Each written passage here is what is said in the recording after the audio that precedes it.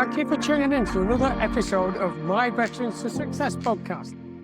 You probably know by now, my mission is to help 1 million veterans and entrepreneur business owners achieve the dreams, goals, and aspirations they deserve. That is why I created the Veterans to Success podcast, because I get to interview guys, men and women, who want to share their fascinating stories with you about their time before, during and after their time in the military, so you can benefit and overcome your challenges. So sit back, relax, and get ready to be mesmerized, astounded, and entertained.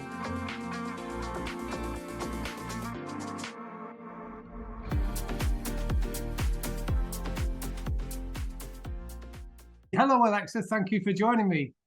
Hello, Joe. Lovely to be here. That's great. And you've got a great Welsh accent there. Whereabouts do you hail from? I hail from the heads of the valley, so the very top end of the valley, about 5-6 miles from the Brecon Beacons. Ah, lovely place. Know it well. Yeah, lovely place, lovely part of the world.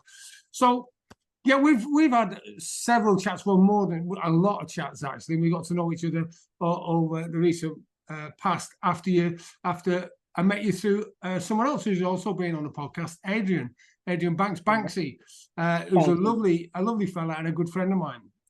So, what I'd like to do, by the way, to you listening, I don't go into a big introduction about Alexa's past, because during our chat today, and it's funny, Alexa said it's the first time she's been interviewed or asked questions, because she's usually the one asking the questions. So the tables are turned now.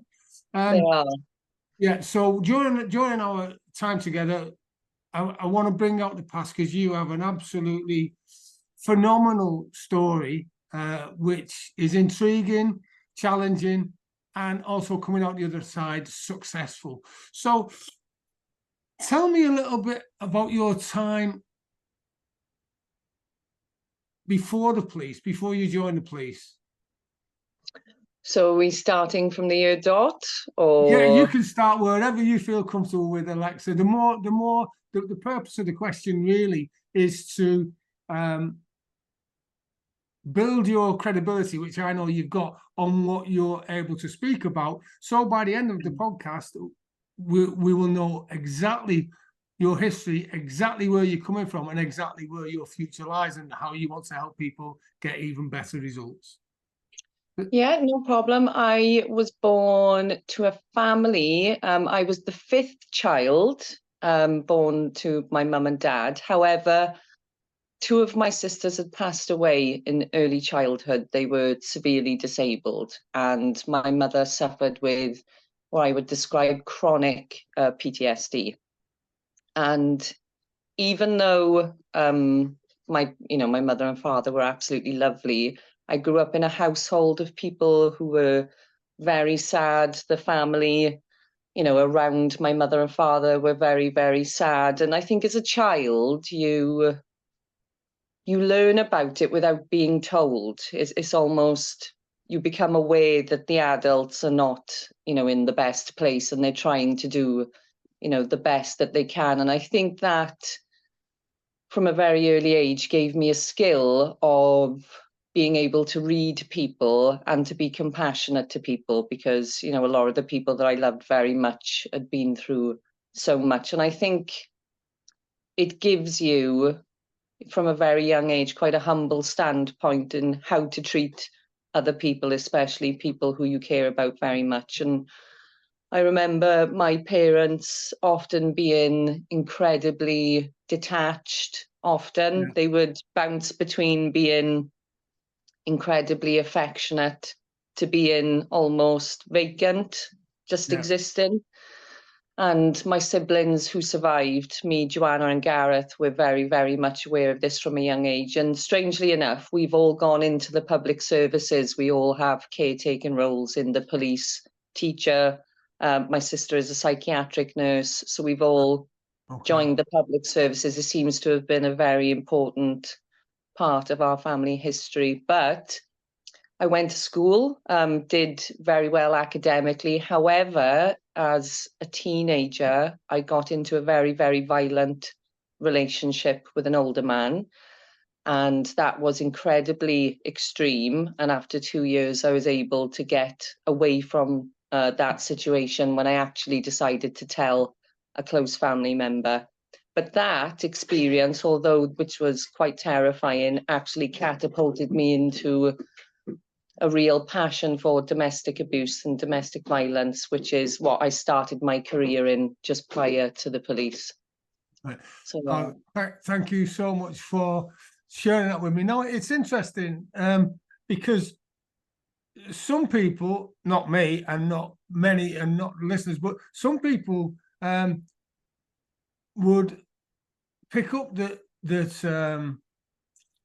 the police is a service, and actually it is, because that's why you joined, isn't it? To serve the public, rather than just say you're nicked, mate. It wasn't that at all with you, because no. so, I know. I think police after are that, caretakers. yeah, after that violent and abusive relationship, which we don't need to go into in detail, other than it was extremely abusive, because we've talked about that at some length.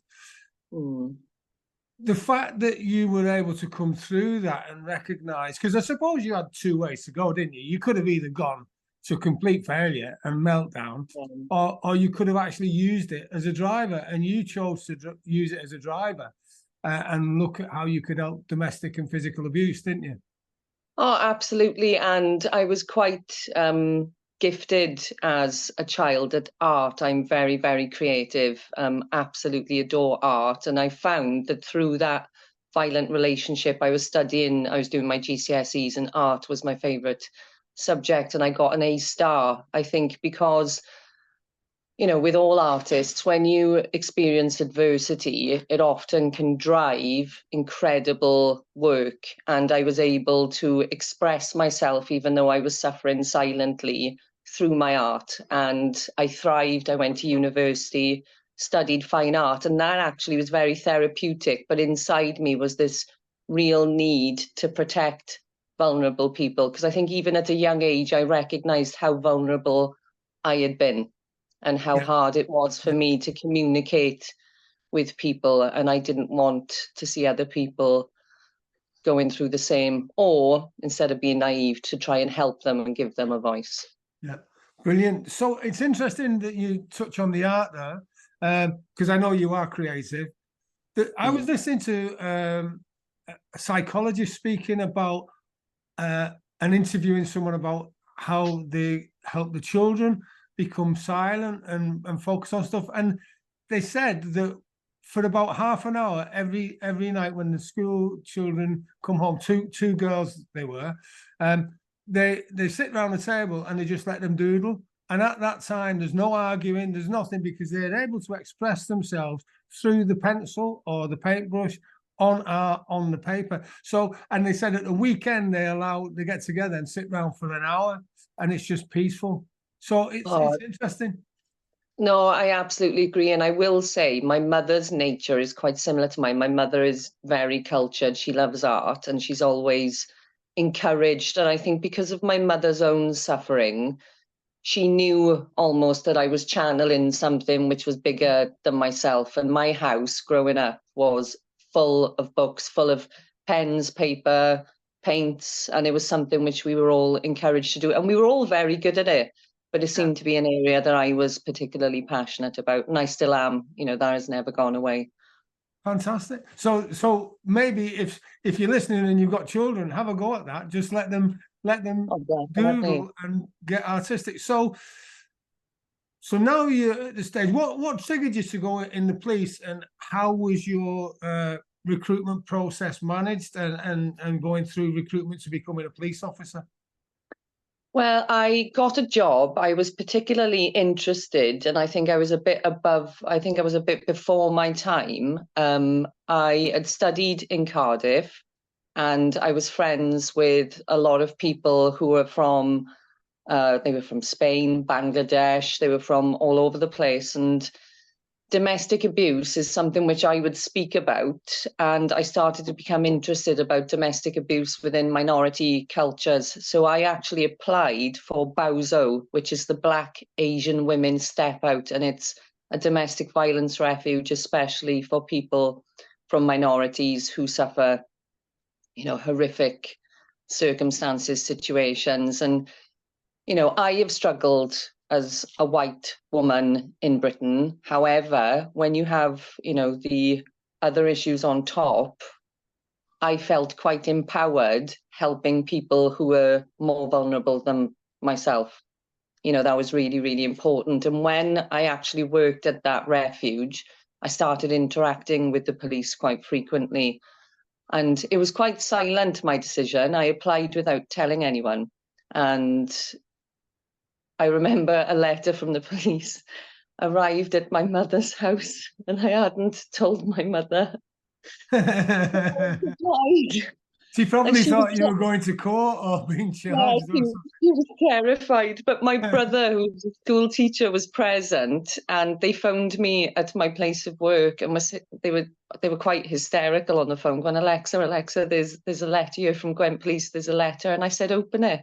I said, I've applied. It's my letter telling me if I've got in or not. And then it just erupted because I had a very high score, and I'd got through, straight away. Oh, sorry. The door just knocked. That's okay. So congratulations. So you're in, and yeah, I picked up on what you said that being a woman, being a female, that you that I know that from the females that I've spoken to on the podcast before during their military career. It can be interesting times. I'm not sure that it's changed now. There is still traditional or even misogynistic behavior by some people. And so what did you find? And then I also picked up that with the ladies who were in the refuge, that it was even more difficult for them because they had other challenges to deal with apart from being a woman. So tell me a little bit more about that, and how did you feel in what is considered probably a male-dominated profession, service? How did you feel going in as female? Yeah, I was very excited, and even though I have had periods of suffering and hardship in, with various men, I would like to say, I've actually got a very big personality and a very strong sense of self, which I think often will attract people who are a little weaker then, shall I say, and it almost eradicates a sense of self. However, I am quite adventurous in my nature, and I don't like to be told I can't do something or I'm not capable. So I actually went into the police absolutely. I was so excited, full of adrenaline, full of optimism, because there were 2 females on my intake and 13 males. And Right, okay. I made damn sure that at every level, with the fitness, with the revision, with the test, that I was on par.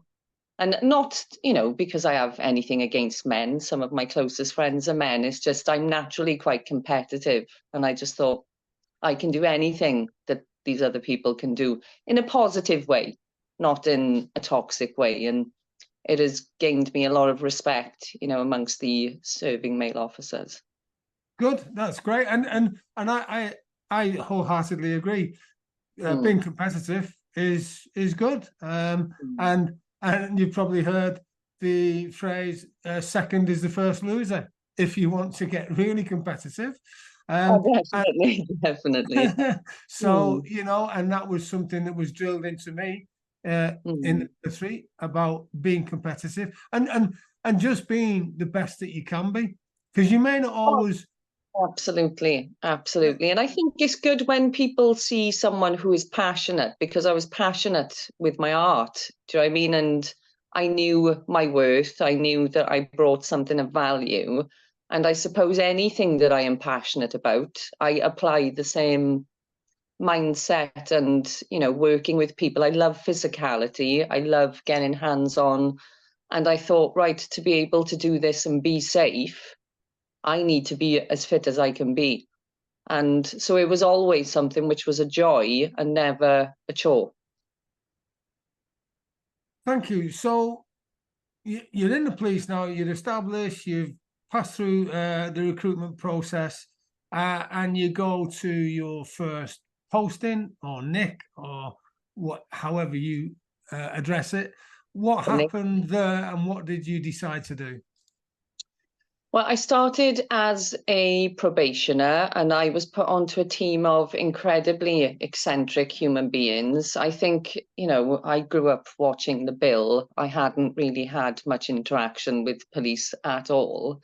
And immediately I was drawn to the camaraderie, you know, the sense of being part of a team and how effortless that becomes with a group of people, you know, who have different skill sets. There was a guy who was great at traffic, another guy who was really passionate about domestic abuse, another man who was just incredibly funny, you know, so it was, and which helps with getting through those incredibly long shifts. And I felt like I had come home. It was like a great, yeah, sense of belonging somewhere. But I was never looked down upon for being female. And I joined the police in a very exciting time. It was about 20 years ago, where they were purposely, you know, trying to get more women, you know, coming through into the police. And every time I went to an emergency call,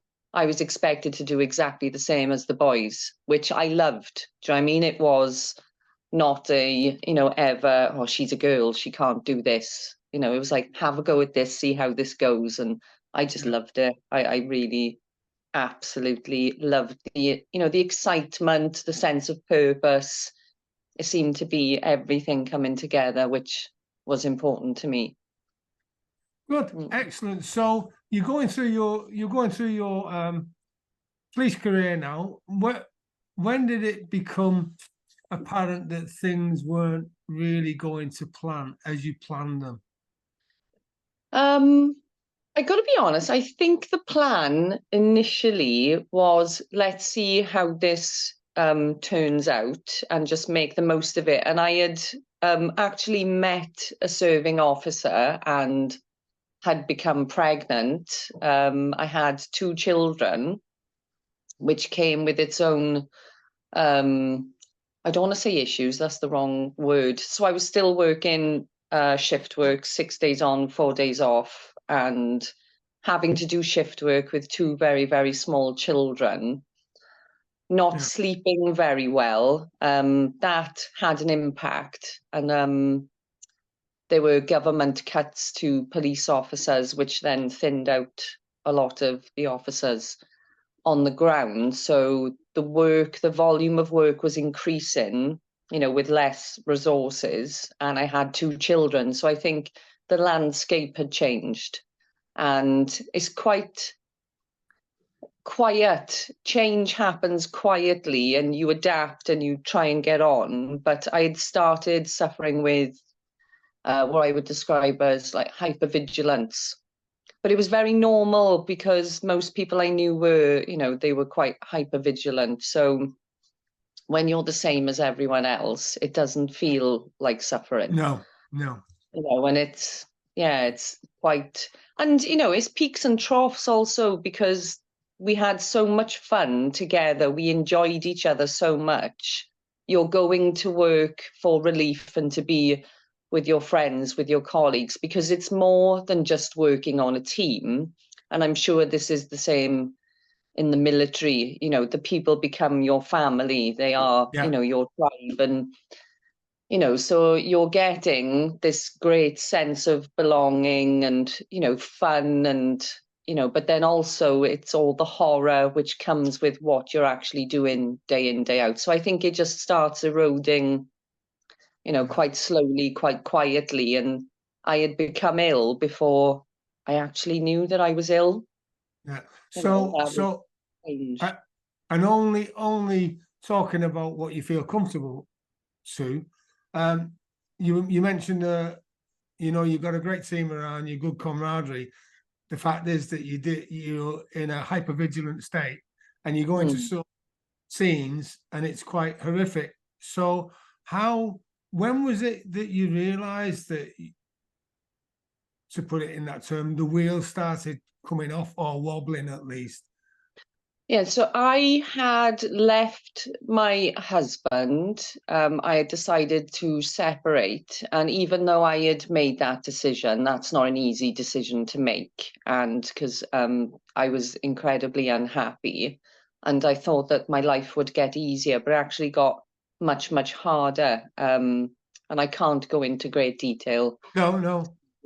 Yeah, about that. However, my children were distressed because of the separation, and I was having to do night shifts and stay awake and sort the children out. So my sleep had become very, it was an effort to try and sleep. And my brain was so busy constantly that I couldn't switch off. And then when I was sleeping, I'd started having awful nightmares, and they weren't of things that I had seen. They were just of being in constant danger. That is, you know, what the dreams had become. But I had started pacing as well. I would go downstairs in the nick when everyone was upstairs, and if I was particularly stressed out, because I'm a very good actress. I will say I've learned this. This very good survival technique that I picked up of taking myself away to be able to try and get out the stress and then return, and that is what I would do. But I'd started pacing around, and I sometimes would think, what is happening? And I would think, maybe this is temporary. I am a bit stressed out, but obviously saying I'm a bit stressed out was just completely, you know, minimizing what was going on. Do you like coffee? A lot of people tend to spend money on expensive coffees from outlets without even thinking about it. Well, for the price of just 2 coffees per month, you can gain access to valuable business and life resources gained from my over 37 years in business and 15 years in the military. These world-class resources are designed to help you achieve the goals, dreams, and aspirations you deserve. So visit joeteams.com now to find out more. That's JOETEAMS.com to find out more. But yeah, it's very hard, I think, when you're very unwell to recognize you're unwell. And I had lost 3 stone in weight. I was not, I had become quite aggressive frequently in my manner, and not towards my colleagues at all. But I often felt in danger. So instead, whereas before I had been very measured and appropriate, I had started, when I was frightened, becoming very aggressive, almost to frighten people away from me. Yeah. You know, it was like a protection measure, so to speak. Yeah, because often when you go to incidents and you're a lone female, I had started feeling vulnerable, and I don't even think that I consciously knew. So I had begun to act much more vulnerable, which involved then being the bigger, more aggressive party to keep dangerous people away. And I think what was happening was I had begun getting very triggered from what happened as a teenager. I think it was almost all these things leading up. It was like there was a crack opened in my brain where I was almost reverting back to previous behaviors of when I was much younger. And, you know, as things had become out of balance. And it's hard, I think, when you're suffering to know how to rectify it, because no one else is picking up that you're ill. So you think, all right, I just need to mask it, get on with it and try and get out of it. But I couldn't get out of it. And probably that's because you're such a good actor that no one else could pick up on it, because you were just crying inside and being eaten away, weren't you? And on externally, though, you looked all right. And plus the fact, and I know you won't mind me saying this, you're a bit of a, well, not bit of a, you're a lot of a mother hen to your team, aren't you? Because you are the go-to person when everyone else is having Mm. SH1T day, they come to you and say, help Yeah, me. yeah. And I love humor. Humor is something which I do very, very well. And when my friends are having an awful time, I know exactly what to do, what to say, and I can get them out of it, bring them out of it. And I hate to see my colleagues suffering. And often when I was suffering, I would internalize that, but then give all the comfort which I needed to the people around me, somehow thinking that that would make me feel better, which of course it does. But I completely neglected myself, and their need was always more important than mine to me. And of course, we're all the same, but I had learned this behavior, and it's something which I'm unlearning. Yeah. And Because I suppose it is a tremendously rewarding, because my definition of leadership is getting someone to do what they would not have done had you not been there. So bearing in mind that you as a leader can get people to get over stuff that they might not have been able to get over had you not been there. So that must be tremendously rewarding. Oh, no, of course it is. And the one thing I always am, and it will never, ever end, is I am completely invested in my friends. My friends mean the world to me. And I know in a team, if there's adversity, if there's bickering, or someone's not happy, or if they're having some form of personal crisis, to shun that person or to not bring them in and talk about it is the worst thing you can do, because it does affect the rest of the team and the dynamic. And I think when you're a legacy officer or you're an officer with masses of service, you can look at things with a bird's eye view, which the younger officers, they're often like deers in the headlights, but you hone your skills of dealing with people and you apply it with your teammates as well. And that includes your sergeant as well. Everyone, even the cleaner. I absolutely adore our cleaner. He's absolutely fabulous. And I always leave integrity tests around the station, Snickers wrappers in plants, because we all need to, to work together. And when I see people happy, that brings me a lot of joy. That's great, brilliant. Yeah, because I remember when we went to incidents in the military, whether it be bomb disposal or demolitions, you'd always see the reaction on the younger guys, male and female, the younger guys' face, and you think, right, okay, so what we're going to do to bring us together so we can just get through this. So fantastic. Now, so you've recognised that you're under a bit of pressure now. You're not feeling 100%, and I know that you love to keep fit. You love to get outdoors, and so you decided to face the challenge head on and speak to people, your superiors, and you get out on the hills, don't you? I know the Brecons is a lovely place. How do you find that? Because I know health specialists are now saying get out, do a bit of walking, and it's easy saying it, but just tell me what benefits you found that you've had from doing that. Oh, it's everything, because I think when you become unwell with PTSD like I had, I felt trapped in my own head. And obviously, wherever you go, you take your head with you. But I have always loved nature, gardening, the outdoors, running, being quite raw is very important to me. Like, I'm very energetic and I love to test myself. And I'm very lucky with the landscape that I live in. So when I would get terrible pacing and, the hand wringing, and couldn't get away from, even noise, I became hypersensitive. I would just burst through my front door and I would just run and run and run. And Merthyr Tydfil isn't far, and there's some beautiful countryside as you're on the outskirts of Merthyr Tydfil. And that, being outdoors, was everything to me when I was unwell, because it was the only space where I could, I think, switch off and not think of terrible things. And I remember being told, oh, you need to go outside, you need to be outdoors, and almost people's words become unimportant and you do things instinctively. And when I was outside, I thought, bloody hell, yeah, they are right, because it's almost like an ancient feeling, I think, when Yeah. you're back outdoors, and it's the right place to be. And it's the only place to be that brings, I think, real healing.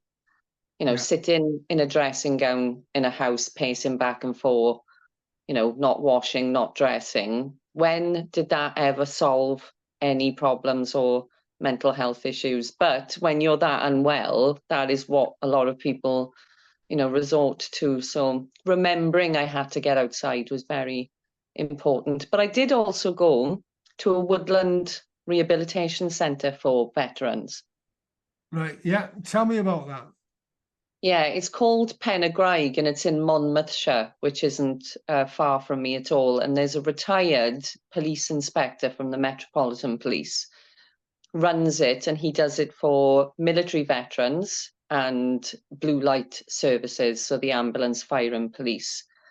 And when I attended, it was me and lots of veterans, and Yeah. I really, really enjoyed that. And we had, I think it was 6 acres of woodland where we were Fabulous. taught, yeah, woodland management, and we would just be chopping wood, you know, like doing lots of physical activities. And a gentleman was brought in because I love getting really hands-on. So they brought in a master, was this stonemason?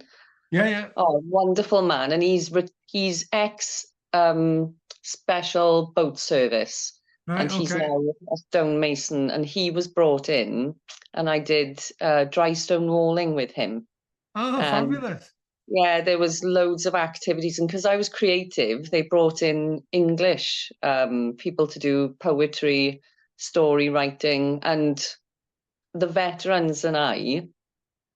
It was unbelievable because they had never done anything creative, but Yeah. yet the poetry they would write, oh, really, really moving. And when you're in a setting of being out in the woodland, I was very, very lucky to have experienced that. But my psychotherapist who was treating me in the police referred me to it. And she said it's mostly used by military veterans. She said, but I know you will love this, because talking therapy is good, but sometimes you just need to get outside and do things. Yeah. And Yeah, it promotes creativity, helps you get away from the hustle and bustle of day-to-day life. And plus the definitely. fact not everyone is as fortunate as you to live in a picturesque part of the world.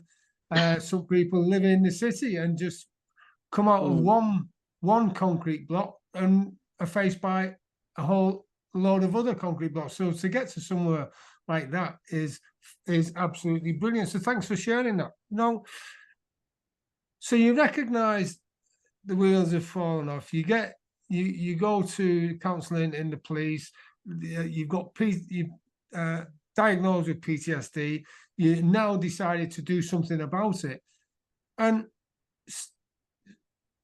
if we just recap on what you've given so far, you were in abusive relationship as a teenager, then you've joined the police. You've got 2 children. You're mm, married in the police, another serving officer. You got lack of sleep. Not stuff isn't happening. It's aggressive. The children are stressed. It's all built up. You go into horrific scenes. You're dealing with mm. that. You've been a mother hen to your team, right? And then all of a sudden, your mind just thinks, "Poof, I've had enough." Now, Yeah, now I know your story really well, and that's why it's fantastic you're joining me to share this with you, because I know that there'll be someone listening that this can really help. And how do you deal with failure? it's funny you should ask that, because it's hard to know that you have failed. And I, the moment I realized that no aspect of my life was going as I had wanted it to, it was like the world had come crashing down. And I thought, I don't want to be married to this man. I can't do this job anymore. I don't want to live where I live. And there seemed to be no respite from it. And instead of accepting failure, I fought against it for a very, very long time and said, I can manage this. I can manage it. I can make this work. And I couldn't. And it was like there was a moment, I think, and it wasn't that long ago.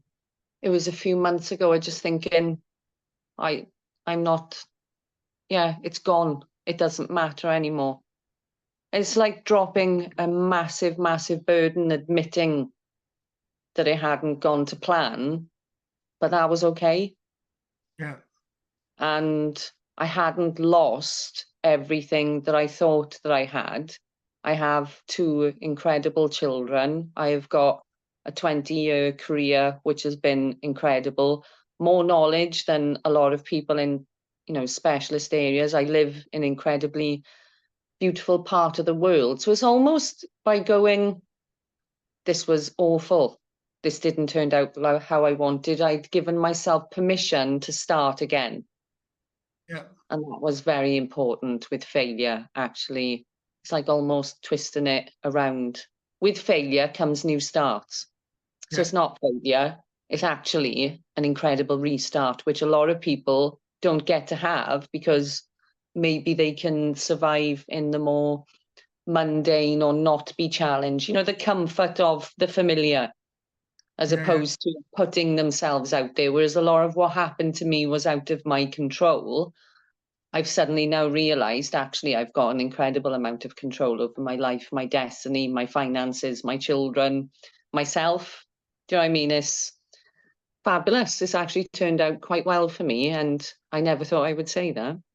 And that is brilliant feedback because I think people who fail and just do not take the lesson, because that's all failure is. You've not actually failed in life.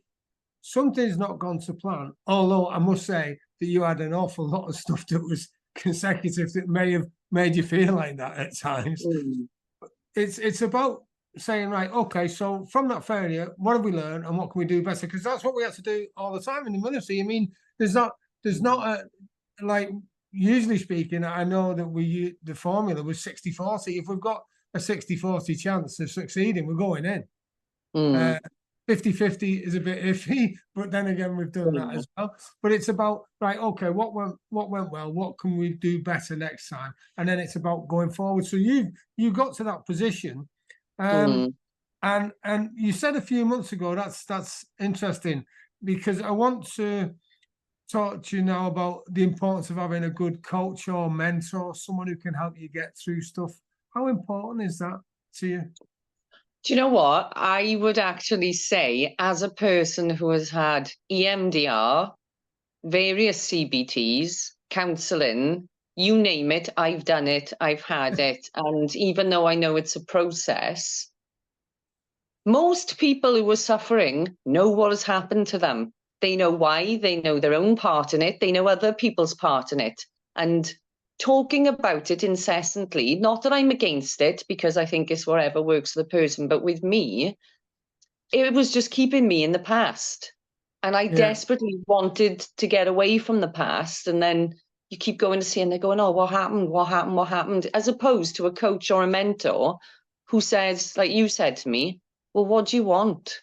And that simple question, what do you want your life to be like? What do you want it to be like in 6 months' time, a year's time, 3 years' time? I had never been asked those questions. Yeah. And that opened up a whole new, like at first fear, thinking, Jesus Christ, I've never even thought of a future because I've just been Yeah. a time traveler going back, into the past constantly.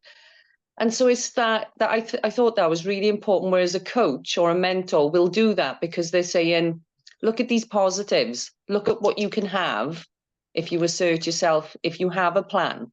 I had no plan. I had no plan in years. I was like a bag blowing around in the wind with other people's plans. Have you ever wondered what is going to happen to all your knowledge, wisdom, and skills when you die? Yeah, me too. That is exactly the reason why I created joelteeve.com. So I can leave a legacy for my children and for other successful people who are just like you. For less than 40 pence per day, you get access to valuable business and life resources gained from my over 37 years in business and 15 years in the military. These world-class resources are designed to help you achieve the goals, dreams, and aspirations you deserve. So visit joelteams.com now to find out more. That's joelteams.com, joelteams.com to find out more. Yeah. And I think interacting with you started teaching me to be less passive in my own existence and more assertive, because I needed a plan. And that focus is really important, which you don't get with counselling. It's all about the past and Yeah. what's happened, you know, which...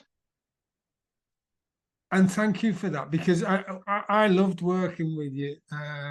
And you know, because when we were talking about the other treatments you'd had, it was always interesting. Like you'd be there, you'd be reliving the bad stuff, and then 59 minutes, 60. Okay, right, that's 1 hour finished. Like what we'll do is I'll see you next week, and just see how you get on. So you come back the next week, and then they make you relive all that stuff again to catch up with what you hadn't finished. Yeah. And I suppose at some stage, for some people, the subconscious mind, unconscious mind, depending on what you call it, just gets fed up with it and just says, I can't deal with it anymore, and just forgets it. But it's not the quickest way to do it. It's not, in my opinion, it's not the most sensible way. And there's other ways to do it. And you were really receptive. You were a great student, if you like, great person to work with, because you just recognized, oh yeah, there is another way. So yeah, definitely, I agree with that. Yeah. And you know, when we were chatting, we touched on your strong social network, and by the way, right, from you discovering what next, you've got some absolutely fantastic opportunities now, haven't you? So tell me a bit about those. I have, through my own experience and my job, which sadly has involved a lot of suicide, but it has really inspired me to help people more. So I have started lecturing at Bristol University to the paramedics, the mental health nurses and the nurses, all about suicide, suicidality, suicidal ideation, and communicating with the person who is in crisis and traumatized, because I have witnessed firsthand professionals not getting it right. And police now approached me to speak to officers who are going for promotion in how to help a member of staff who is suffering a mental health crisis. And given the nature of policing, like you said, which isn't always just about nicking people, it can be incredibly tragic. You know, you are going to have officers, and 1 in 5 police officers has PTSD, which is diagnosed, and they reckon the numbers are, you know, far greater. And we interact with people who are on the edge every day. And one bad experience with a police officer, with a paramedic, with a nurse, I have seen through my own experience how frightening that can be.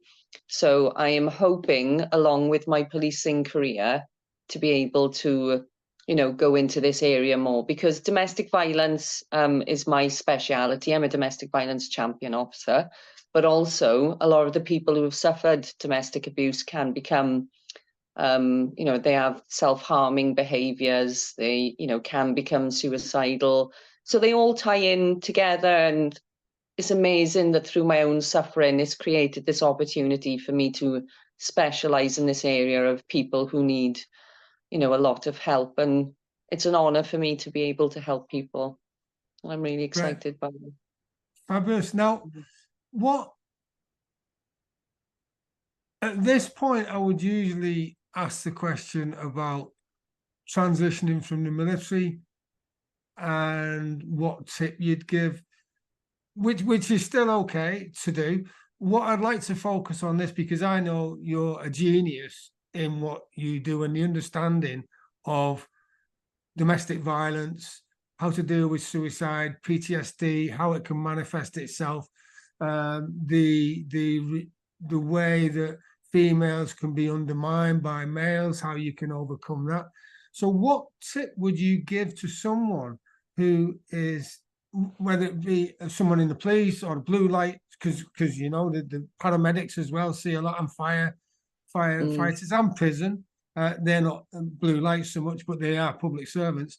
And people in the military, Air Force, Navy, and Army, what would you give them if they're involved or suffering or exposed to physical abuse, domestic abuse, sexual abuse, or have been involved in witnessing suicides or fatalities?